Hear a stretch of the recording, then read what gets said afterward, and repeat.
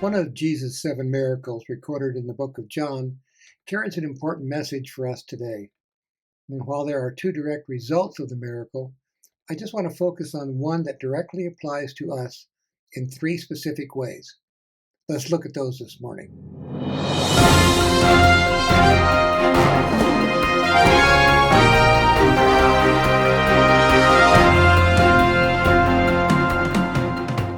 Hi, I'm Pastor Tom. The other morning, the Holy Spirit had me studying the miracle of the paralytic in the book of John. And as I thought about it, it became clear that there were 2 major results of Jesus' healing. The healing itself and the fact that it was done on the Sabbath. Now this morning I want to focus on the miracle itself and look a little deeper into exactly what Jesus did and how that has an impact on us, his bride, today.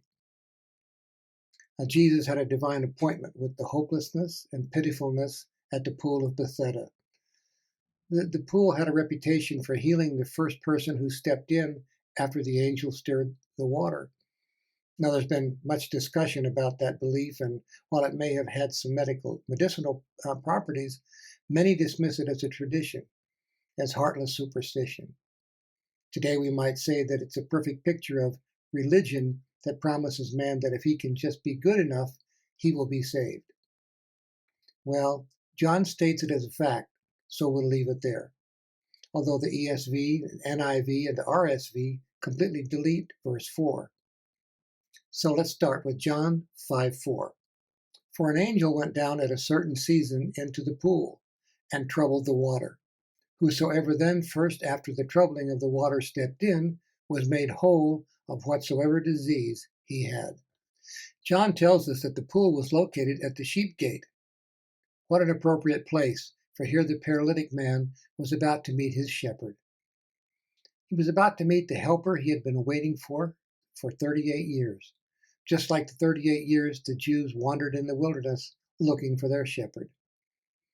Now he had been waiting in utter hopelessness all that time for someone to help him get into the pool when the angel stirred the water.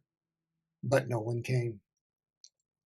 So there he was, lying on the edge of the people, far away from the pool, as Jesus came up to him. He was isolated, not a part of the crowd. He represents the one that Jesus comes for, the most hopeless one of all. John 5:6a. When Jesus saw him lie and knew that he had been now a long time in that case, do you want to get well? Jesus wanted everyone who was sick to hear him clearly. He was about to do something for the most hopeless one of them all. And it's interesting that when Jesus spoke to him, he didn't ask him if he wanted help. He asked him the question that he's asking mankind today. Verse 6b. He saith unto him, Wilt thou be made whole? Jesus' question probed the man's heart, his human will, because Jesus never violates our will. There are many today that don't really want out of their situation. They're dependent upon others to help them. And notice here that Jesus did not help him, did not move him to the front of the line like he wanted. Jesus took him completely out of the competition. But the man's response was still focused on someone helping him. John 5:7. The impotent man answered him, Sir, I have no man when the water is troubled, to put me into the pool. But while I am coming, another steppeth down before me. How hopeless religion is. This man had no faith. His spirit and hope were broken. All that religion says is that if you just have enough faith, God will heal you. He does, he will, and he can. But if it's his will. Jesus didn't offer any help. He gave him a command. John 5:8. Jesus saith unto him, Rise, take up thy bed, and walk.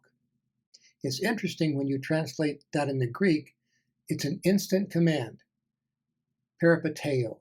Get up, pick up, go on walking, and keep walking. Jesus wanted him to be walking about carrying his bed where everyone could see him and witness the miracle. Not to mention that it was a direct challenge to the Jewish leaders that he had done so on the Sabbath. Instantly the man was healed the moment he responded by doing as Jesus commanded. It's a perfect pattern of what we're to do when we look toward our shepherd in the midst of our trouble. Rise. Set your faith to the very thing that you can't do. Take up your bed.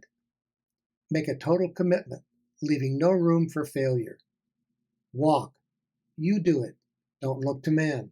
No one is going to do it for you. So what's our lesson this week? What are we taking away with respect to our walk with God?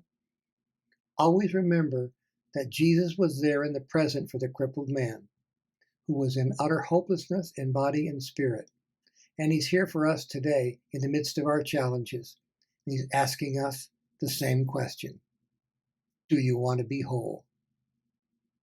Thank you for joining us this morning. Be with us every Wednesday morning as we continue our journey from the cross to spiritual maturity.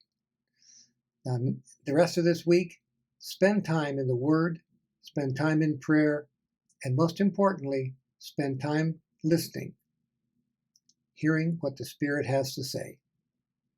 Have a great week in Jesus, and God bless.